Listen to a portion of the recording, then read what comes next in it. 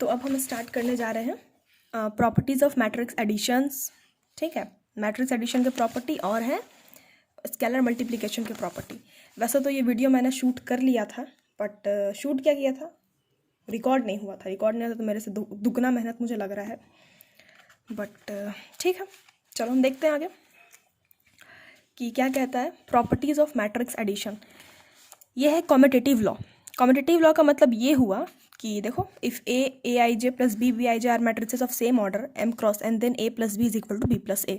मतलब कोई भी दो मैट्रिक्स है A I J B I J of are matrices of same order. और डेफिनेटली एक चीज़ तो बहुत सही है कि अगर हम एडिशन ले रहे हैं, मैट्रिक्स एडिशन, तो बताया था एडिशन करने की प्रॉपर्टीज़ ही, पहली कंडीशन ही यही होती है कि अगर दो मैट्रिक्स को ऐड करें तो ऑर्डर सेम होना चाहिए। तो ये जितने भी प्रॉपर्टी हम देखेंगे मैट्रिक्स की, मैट्रिक्स एडिशन की, सब में एक चीज़ तो एकदम लगेगा ही कंपलसरी, क्या कि दो मैट्रिक्स जो भी हम ऐड कर रहे हैं उसकी प्रॉपर्टीज़ ले रहे हैं, उसका ऑर्डर सेम होगा। तो ये मैं बोलूँ ना बोलूँ आपको समझ जाना चाहिए पहले, ठीक है। तो then A plus B is equal to B plus है, मतलब कोई भी मैट्रिक्स ए है, कोई भी मैट्रिक्स बी है।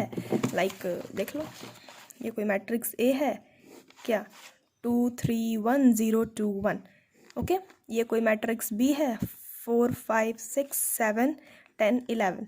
ये कोई मैट्रिक्स है, दो मैट्रिक्स, ये किस ऑर्डर का है, 2 क्रॉस 3, ये भी 2 क्रॉस 3, ऑर्डर सेम है।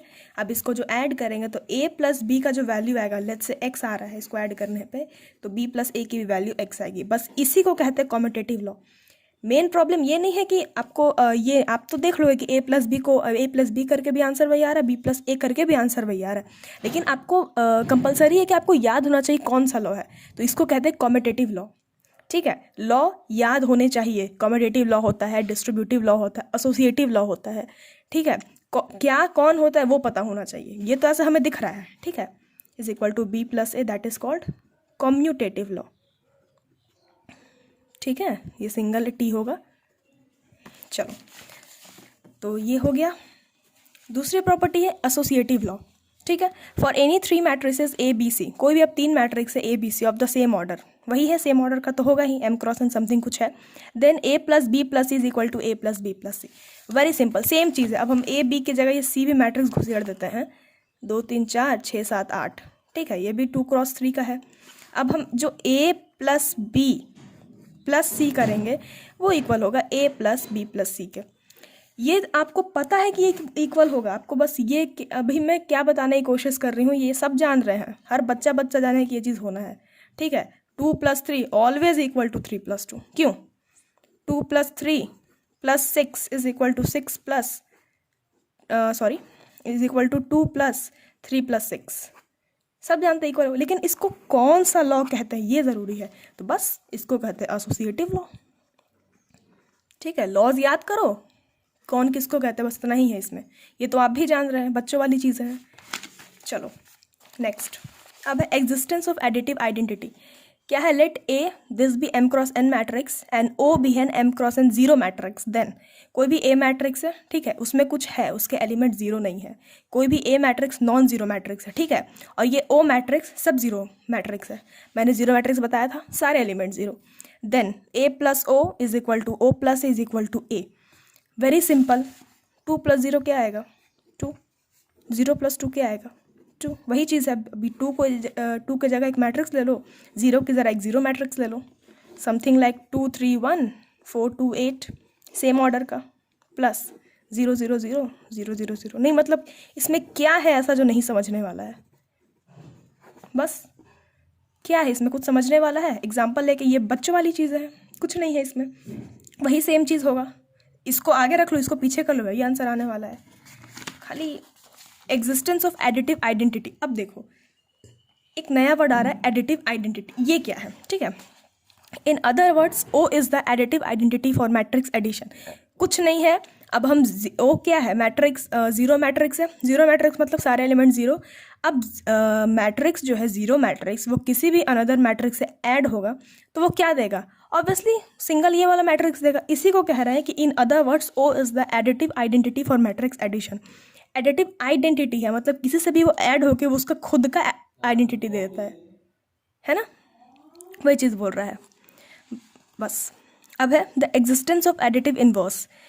एग्जिस्टेंस ऑफ एडिटिव इन्वर्स का मतलब हो गया नथिंग बट, पहले मैंने जब वीडियो शूट किया था, जो कि शूट नहीं हुआ था तो मैंने पढ़ाया ही था, negative of A, nothing but negative of A. Plus A है ना, कोई मैट्रिक्स प्लस ए है, इसको माइनस एक माइनस लगा के कर दो, ये इसका, ये जो हुआ इसका एडिटिव इन्वर्स हो गया। कुछ है ही नहीं, पढ़ लो। Let A this m cross n B any matrix, then we have another matrix as minus A is equal to minus m cross n such that a plus of minus A is equal to minus a plus a is equal to 0। So minus a is the additive inverse of a और negative of a। कुछ है? कुछ नहीं है, वही चीज़ है। 2 plus of minus 2 0, minus 2 plus 2 0। क्यों? चलो अब दूसरा देखते हैं, प्रॉपर्टीज ऑफ स्केलर मल्टीप्लिकेशन। ये प्रॉपर्टीज है, स्केलर मल्टीप्लिकेशन का प्रॉपर्टीज बताना है। Let A this be same order, sorry, m cross n and k and l are scalars, then मतलब कोई भी a भी मैट्रिक्स है, ऑर्डर सेम है, तो क्या होगा? ठीक है, k इंटू ए प्लस बी स्केलर है ना। मैंने क्या बताया था कि स्केलर मल्टीप्लिकेशन में मैट्रिक्स के हर एक एलिमेंट से वो स्केलर मल्टीप्लाई होता है। तो ये क्या आ गया, टूट के के ए प्लस के बी, इसको जानते हो क्या कहते हैं? इसको डिस्ट्रीब्यूटिव लॉ कहते हैं। ठीक है, अब वही है, कोई दो स्केलर को एक मैट्रिक्स से मल्टीप्लाई करे, वो भी टूट के आ जाएगा के ए प्लस एल ए। इसमें कुछ है ही नहीं। देखो ये 2 है, ठीक है, इसको a प्लस बी लिख दो, तो ये इसको लिख सकते हो ना, 2a plus 2b। Very simple, 2 से a को मल्टीप्लाई करो, 2 से b से मल्टीप्लाई करो, बस वही a और b अगर मैट्रिक्स में आ जाए, a प्लस बी अगर ये मैट्रिक्स है, simple 2a plus 2b, matrix के हर एक एलिमेंट्स इस 2 को मल्टीप्लाई कर दो, इस मैट्रिक्स के एलिमेंट्स इस 2 को मल्टीप्लाई कर दो, प्लस करके जो आंसर आएगा वो आंसर हो गया। ठीक है, और वही सीन कोई दो स्केलर प्लस करके अंडर ब्रैकेट में एक मैट्रिक्स से मल्टीप्लाई किया जा रहा है। ठीक है, कुछ है नहीं, बस ये इतना ही है। क्वेश्चन में प्रैक्टिस करवाऊंगी, सब कुछ समझ में आ जाएगा। ये बस खाली प्रॉपर्टीज एक बार देखने को है। ठीक है, अब मेन चीज़ आते हैं मल्टीप्लिकेशन ऑफ मैट्रिक्स में, जिसको अधिकतर लोगों में दिक्कत होती है। क्यों दिक्कत होती है? क्योंकि समझना नहीं चाहते हैं, इसलिए दिक्कत होती है। समझने के नियत से बैठो, समझ जाओगे। देखो मल्टीप्लिकेशन में क्या कहता है, पहले हम एक कोई मैट्रिक्स लेते हैं, समथिंग लाइक दैट।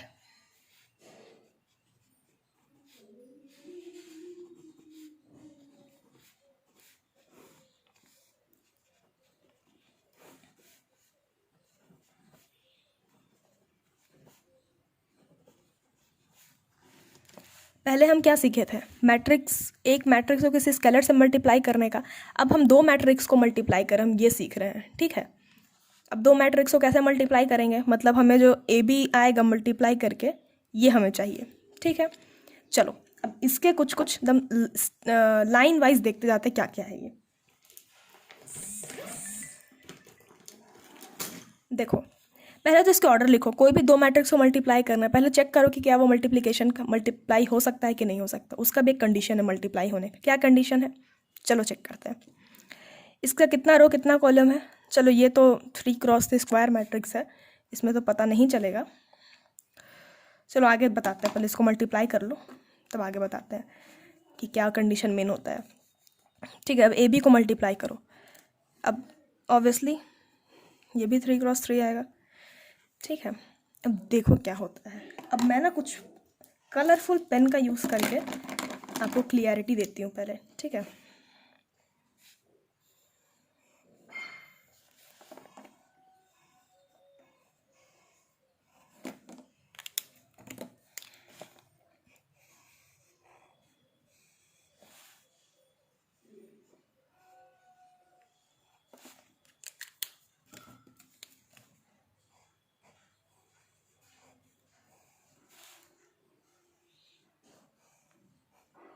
थोड़ा टाइम लगेगा बट क्लियरिटी तो मिल जाएगी आप लोगों को। ये कलरफुल पेन्स दिख तो रहे ना, ये ब्लू पर्पल ग्रीन दिखना चाहिए भाई, ये नहीं दिखेंगे तो फिर मेरा मेहनत तो बर्बाद हो जाएगा। चलो ये हो गया। तो अब देखो, अब एक चीज़ और,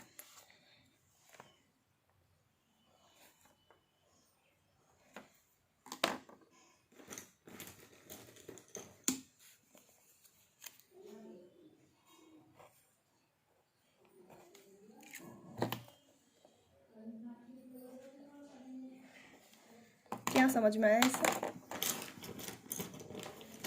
वही जो आप समझाना चाह रही है मैडम, ऐसा ही कुछ ये थोड़ा सा ख़राब हो गया, बट मैं ये समझाना चाह रही हूँ कि अब जो मैट्रिक्स का मल्टीप्लिकेशन हो, ये तो A11 A12 A13 जाएगा, A21 A22 A23 A31 A32 A33, ठीक है। अब इसमें क्या करना हमें, इनकी वैल्यू मल्टीप्लाई करके अब A11 क्या आएगा, क्या आना चाहिए A11।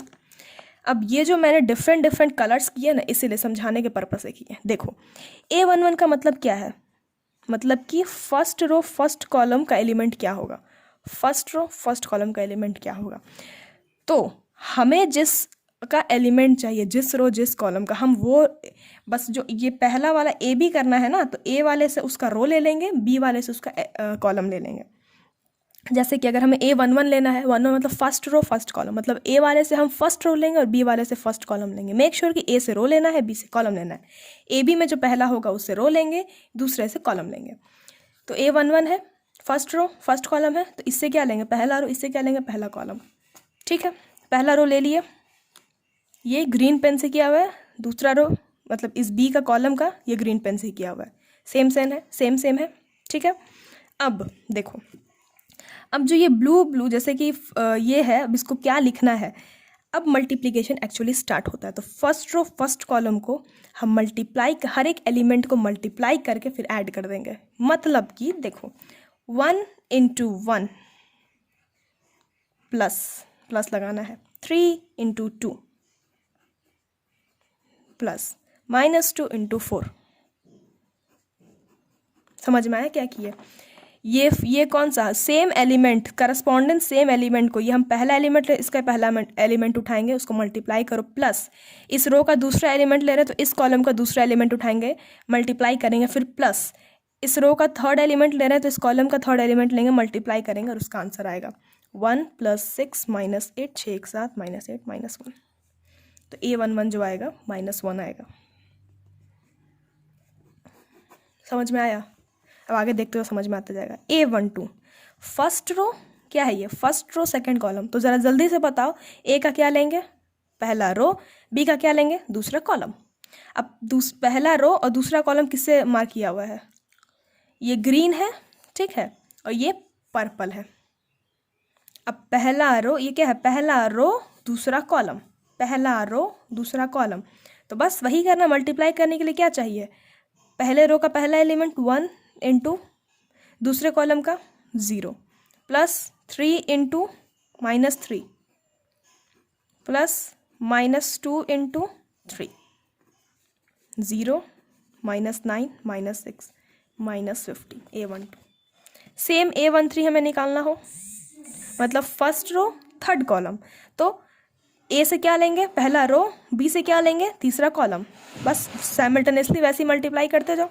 1 × 0 फिर 3 × 0 फिर -2 × 3, है ना, 0 + 0 -6 -6।